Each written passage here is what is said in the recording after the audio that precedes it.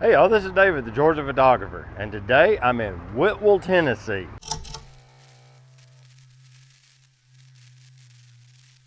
I am at some little store. Let's see. Go out here in the bright sun. Smith Brothers Grocery. To be fair, Smith Brothers Grocery doesn't look like it's actually closed down, but they are closed today. So I don't know what the deal is with this store. I don't know if it's open only on weekends or what, but it's full. It looks like a feed supply, and it's completely full of product through the window.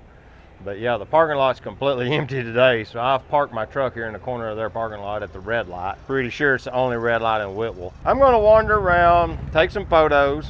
What I'm doing is I'm evaluating a lens from Nikon. It's the 18 to 55 f whatever 3.5 to 5.6, or it's a variable aperture lens. It's the kit lens that would come with DSLRs back in the day. So what I've done is Randall Brander has sent me a lens adapter to convert Nikon G series lenses to Leica L mount lenses. So I've got it on my Leica CL, which is a crop sensor camera, and this lens was designed for a crop sensor camera. And I've messed around with it a little bit, and it does have manual focus, and it has manual zoom, and the adapter gives me manual aperture control. Now, it doesn't have aperture numbers, but you can open and close the aperture with it. So it allows me to use this G series lens on my Leica CL. We're gonna see what kind of photos I can produce with the Leica CL and the Nikon 18 to 55 millimeter kit lens with this Pholsy, its a name it's hard to pronounce, adapter, and see what we come away with in Whitwell, Tennessee.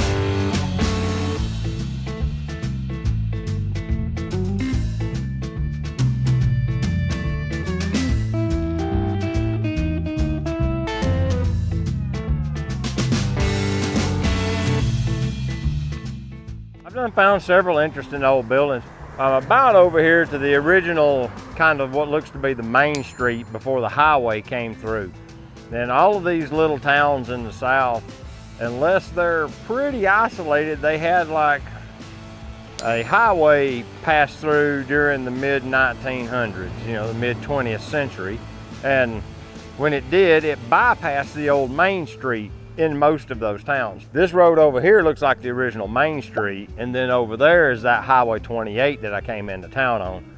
This is the old AT&T building. I got a photo of the front door because it's got all of these like rule placards, and it's really interesting. It's got so much signage that it just made it look interesting. So I grabbed a photo of that, and the building next to it over here has got a pretty cool kind of vintage aesthetic, so I grabbed a photo of that. The lens actually is pretty easy to work with. The focus throw is very short. Now the focus does move in and out, so it's pumping air, as they say. But you don't have to move it much. I use focus magnification on the CL and zoom in, and you can pick it up. You can pick it up visually really fast. And the zoom kind of feature is a little bit handy. I've used it once or twice now. Yeah, the focusing actually is pretty crispy. It's kind of, as far as picking up the focus, the actual focus itself is a little sloppy. The mechanism of the lens itself is loose, but you hold on to the focus ring. So once you peak focus, you just press the shutter and it captures the image.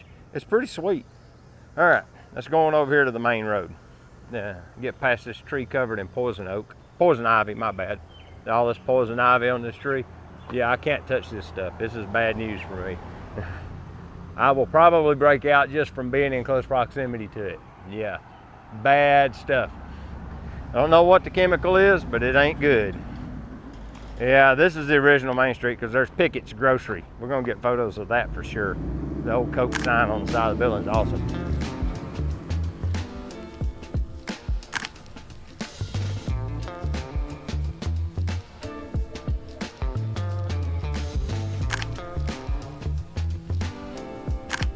Here's something that's interesting. When you see these kind of buildings, if you look up, you can see the original ironwork of the original front facade of the building. You can see how it's the bent I-beam or bent C-channel rail that comes around.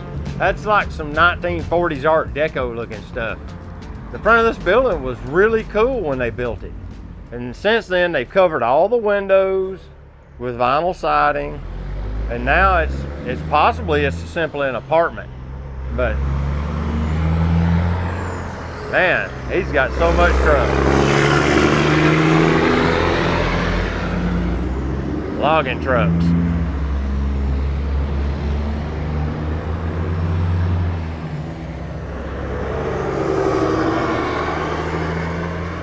Here's another clue about buildings like this, of their vintage and things. The building was added onto at some point. You can see the different color bricks and where they meet up.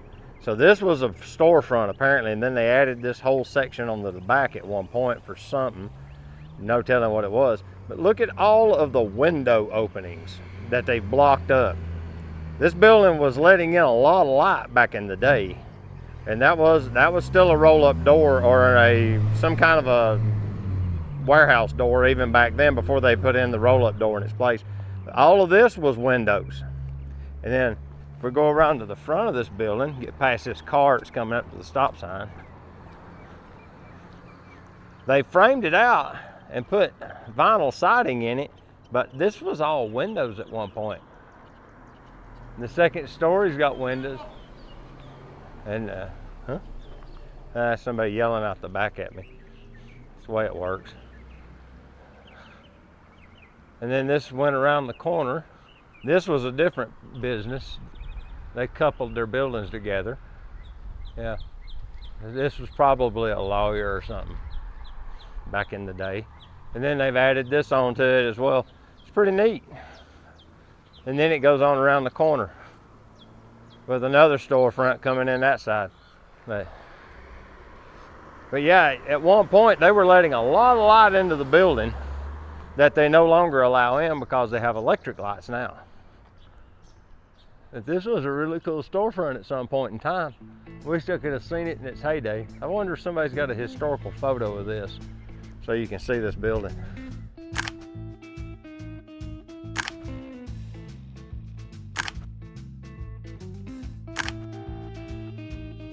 The other end of that street right there is where the old main street was that I was talking about. This is Highway 28 and how it's bypassed Main Street. Probably right up there about where them convenience stores are is where it's happened. But you got the pharmacy, some defunct building that was built after, maybe this road was probably in existence before the highway came through. So that building could have predated it.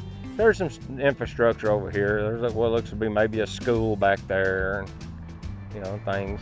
But you can see that stuff started building up over here on the highway once the highway came through, obviously, like this gas service station thing, stuff like that. But Whitwell, from what I can tell, doesn't really have a cohesive town center. It's kind of spread out. The old center of town, which I think is what I found over on the other side, I'm pretty sure it's pretty much been abandoned at this point, and now everybody is just a rural area, and everybody doesn't work here anymore. They just live out of town now. So we'll get a few more photos, and then we'll probably just wrap this up.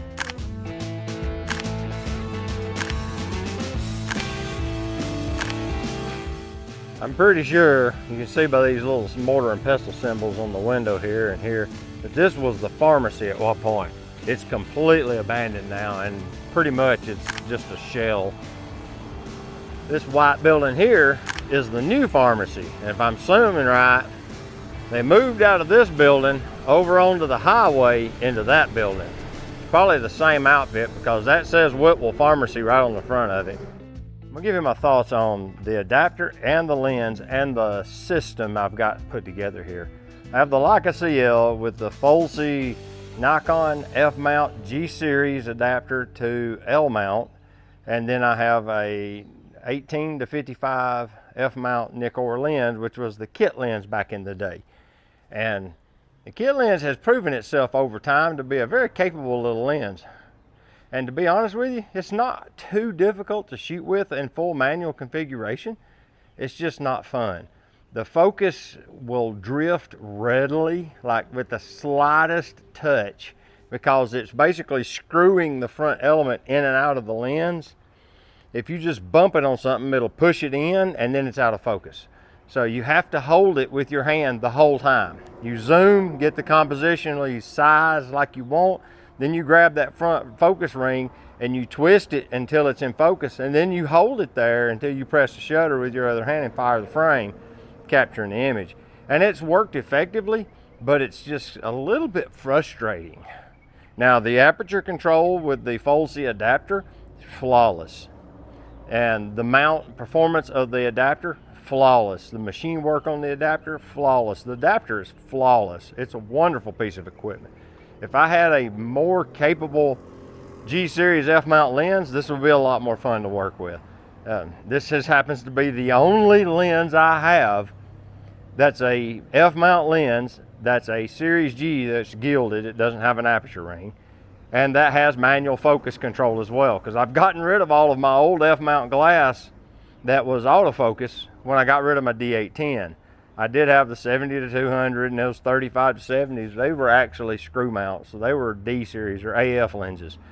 They weren't actually G series. They had aperture rings on them.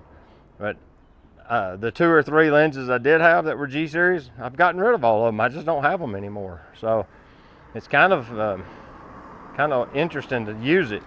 It does make me want to like check around and see if I can find a 35 f1.4 or something like that, or a 35 f1.8 if it's got a focus ring on it. I think it does. And play with that a little bit on the CL, because those were wonderful little lenses. I had one when I had my D7000, took stunning photos. But the system as a whole is actually a pretty capable little system. It's not bad at all. But I do love the little adapter. It's really, really well made. It performs as it should. Everything about it works. It's just perfect in every way. So with that, I hope you've enjoyed this wander around Whitwell, Tennessee with me. And if you enjoyed the video, a thumbs up would be nice, and the usual. Share it if you don't mind. But until next time, I'm going to ask you to get your camera out and go take a picture with it. All right, we'll see you later. Bye-bye.